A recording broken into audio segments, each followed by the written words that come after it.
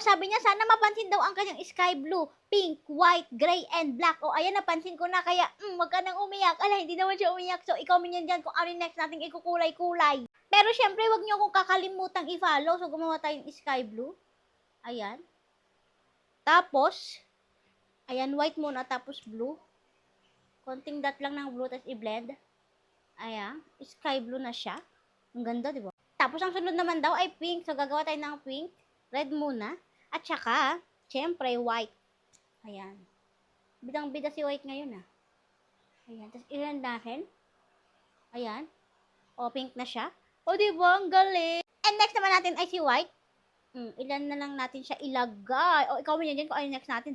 Tapos, si gray, ilagay na lang natin dito sa taas. Naku, ano kayong kulay nakakalabasan naman nito? Kinakabahan naman ako. Tapos, si black. Ilagay na lang natin ilagay lang natin dito sa taas din. Ayan. O, ayan na yung kulay, ha? Yan na yung kulay na request mo. Ayan na siya. I-blend na natin. Kinakahana na siya kulay na ito. Hala? Be!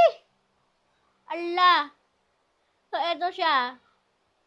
Ate, nung kulay to. Sino ka dyan? Hala, ayan siya, oh. Oh. Dark gray. O, ikaw yun dyan kung ay next natin. Ala, ate, tignan nyo naman yung tsura ko.